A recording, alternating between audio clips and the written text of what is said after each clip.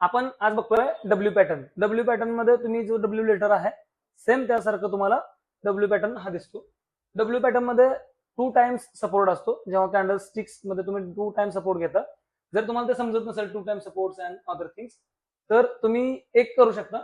तुम्हाला काय करायचंय, डब्ल्यू लेटर आहे तसं जेव्हा मार्केट तयार होतं, पण थोडंसं मार्केट रिसेशन मध्ये तयार झालं पाहिजे, त्यावेळी तुम्ही जेव्हा डब्ल्यू पॅटर्न मधला जो क्रॉस आहे त्याच्यावरती एक लाईन ड्रॉ करा. त्याच्यावरती जी कॅन्डल विदाउट टच बनते, ग्रीन कॅन्डल पाहिजे ती, त्या कॅन्डलला तुम्ही बाय करू शकता. ह्या लाईन वरती विदाउट टच ग्रीन कॅन्डल पाहिजे.